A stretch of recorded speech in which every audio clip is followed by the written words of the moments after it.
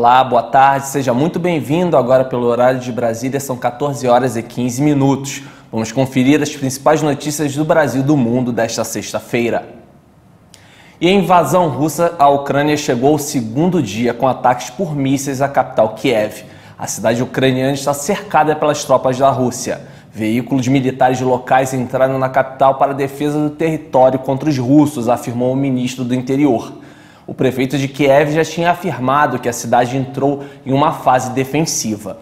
O Ministério da Defesa da Ucrânia afirmou também que mais de 1.000 militares da Rússia foram mortos até o início da invasão. E o Ministério também disse que derrubou diversos mísseis e ao menos 2 aeronaves dos inimigos. Outra importante cidade no oeste do país, Lviv, adotou toque de recolher. Em 14 de fevereiro, os Estados Unidos anunciaram a transferência de sua embaixada na Ucrânia de Kiev para Lviv. E o ministro das Relações Exteriores da Rússia, Sergei Lavrov, disse que o país está disposto a negociar com a Ucrânia se ela deixar as armas de lado.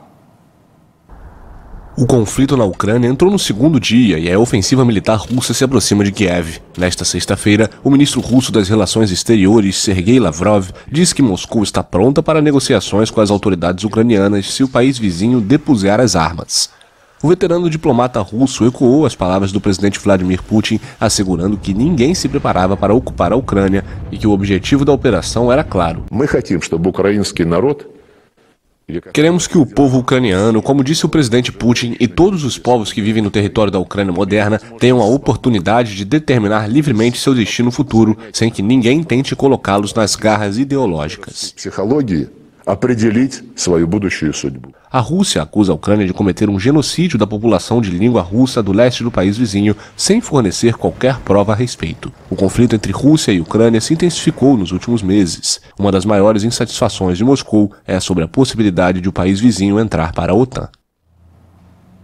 Com a intensificação das investidas russas, o Ministério da Defesa ucraniano pediu que cidadãos se protejam e façam coquetéis Molotov para neutralizar os invasores. Os moradores de Obolonsk correram para buscar proteção quando ouviram as explosões. Tropas russas intensificaram nas últimas horas a ofensiva contra a capital, onde vários mísseis caíram durante a madrugada. A Rússia garante não mirar alvos civis, mas o presidente ucraniano afirmou que isso não é verdade.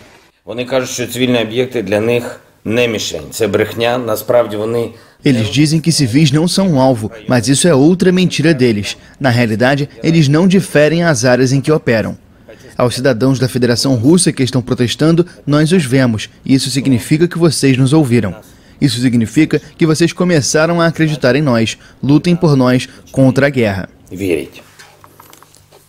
Боритесь за нас, боритесь против войны. No segundo dia da invasão russa, os combates estão cada vez mais intensos nas proximidades da capital. As tropas ucranianas informaram que enfrentam unidades de blindados russos nas localidades de Dimer e Ivankiv, situadas a 40 e 60 quilômetros ao norte de Kiev, respectivamente. O Ministério da Defesa ucraniano pediu que os civis informem sobre movimentos inimigos, façam coquetéis Molotov e neutralizem os ocupantes.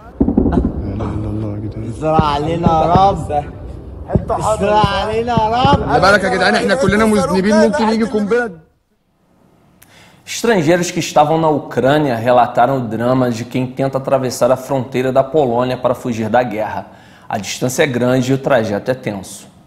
A decisão de se refugiar na Polônia deve ser acompanhada de muita coragem e disposição. Além de enfrentar o medo de sair às ruas, ainda é preciso enfrentar o percurso a pé, já que há congestionamento de veículos na região. A situação é tensa e o caminho longo. Pessoas chegam a caminhar por mais de 1 hora, com malas e carrinho de bebê. O acesso é mais difícil para quem tem problemas de mobilidade. E ao chegar na fronteira, os estrangeiros são abordados por militares ucranianos, que verificam o passaporte de todos. O objetivo é checar se há algum ucraniano no grupo. Agora vamos mudar de assunto e falar da tragédia de Petrópolis. Já são 217 mortos pela chuva que atingiu a cidade na região serrana do Rio de Janeiro na última semana. Ao menos 34 pessoas ainda estão desaparecidas, segundo o portal da Polícia Civil. O temporal que destruiu parte da cidade de Petrópolis, na região serrana do Rio de Janeiro, completa hoje 10 dias. Do total de vítimas resgatadas, 93% já foram identificadas e encaminhadas para funerárias. A Companhia Municipal de Limpeza Urbana removeu 1.243 toneladas de resíduos após 4 dias de atuação em Petrópolis. Segundo a Conlurb, a Força-Tarefa possui 400 garis e 50 equipamentos no município. Os trabalhos de buscas continuam e as equipes contam com apoio de bombeiros de outros estados, voluntários e cães farejadores. Um grupo com 5 condutores com seus cães chegou da Argentina para auxiliar no trabalho. Ao todo, 58 cães farejadores estão na cidade auxiliando nas buscas.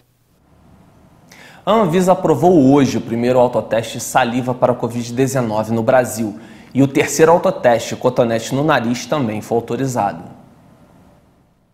O primeiro autoteste para a Covid-19, que usa a saliva para detectar a presença do vírus, foi aprovado pela Agência Nacional de Vigilância Sanitária. E um outro autoteste, que faz a coleta pelo cotonete no nariz, também foi liberado. Os testes aprovados vão ser fabricados no Brasil. Com os novos registros, existem agora 4 autotestes para a Covid aprovados pela Anvisa. Para obter o registro, os produtos foram avaliados quanto à segurança, ao desempenho e ao atendimento aos requisitos legais exigidos dos autotestes. A Anvisa informou que um dos principais pontos de análise é que as instruções de uso estejam em linguagem simples, que permita a qualquer pessoa entender as orientações e utilizar o teste. A UEFA anunciou que a final da Liga dos Campeões da Europa não vai ser disputada em São Petersburgo, na Rússia, como estava inicialmente marcada. A alteração, melhor dizendo, foi feita por conta da invasão russa à Ucrânia. A grande decisão da competição estava marcada para a Gazprom Arena, em São Petersburgo, em 28 de maio, mas desde o início da invasão russa já havia especulações de que o local seria alterado. O novo palco da final é o Stade de France, de Paris, que já recebeu uma decisão de Champions League em 2006, quando o Barcelona venceu o Chelsea por 2-1. A escolha pode ser um estímulo para o estrelado Paris Saint-Germain de Neymar, Messi e Mbappé, que chegou à decisão em 2020, mas perdeu para o Bayern de Munique e ainda segue com o sonho de vencer a competição pela primeira vez.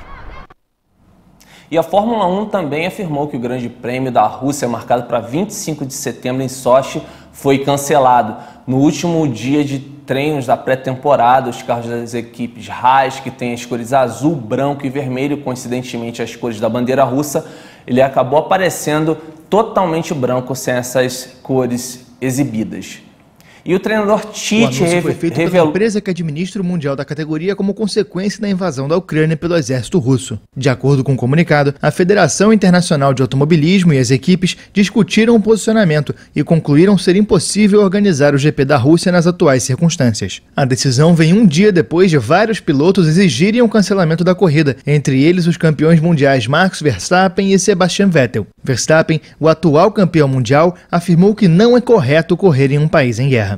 Muito obrigado pela sua companhia, desejo para você um excelente fim de semana, um grande abraço e até a próxima.